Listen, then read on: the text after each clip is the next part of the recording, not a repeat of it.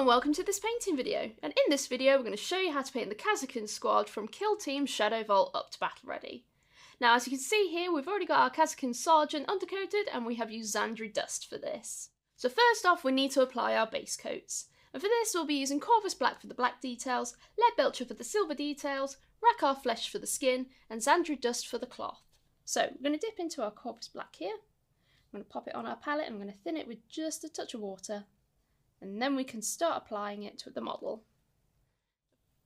So for this we're going to just apply it on the black areas, so just underneath these knee plates and around the arms.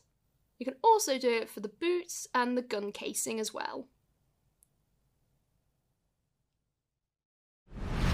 Next we're going to move on to Lead Belcher. I'm just going to pick out all the metallic areas on the model. Don't worry if you get any on the black, you can always tidy up with the black afterwards. So now that the Lead Belcher is dry, we're going to move on to Rakarth Flesh for the face. We're going to just apply a couple of thin layers to build it up.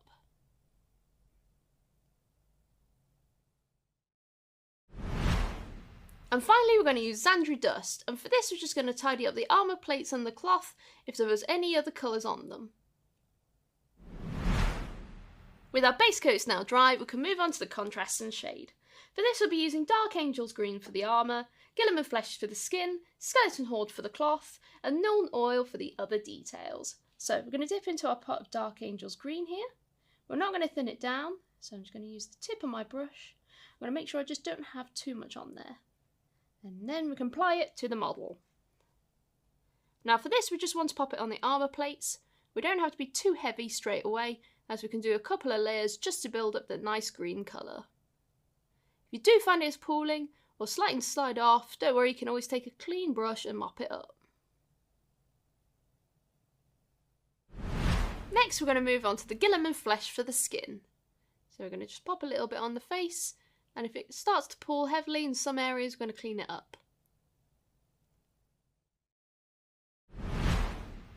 With the skin now done, we're going to move on to Skeleton Horde, and we're going to put that all over the Xandri Dust. And finally we're going to use Nuln Oil for the black, the silver and some of the recesses on the green armour.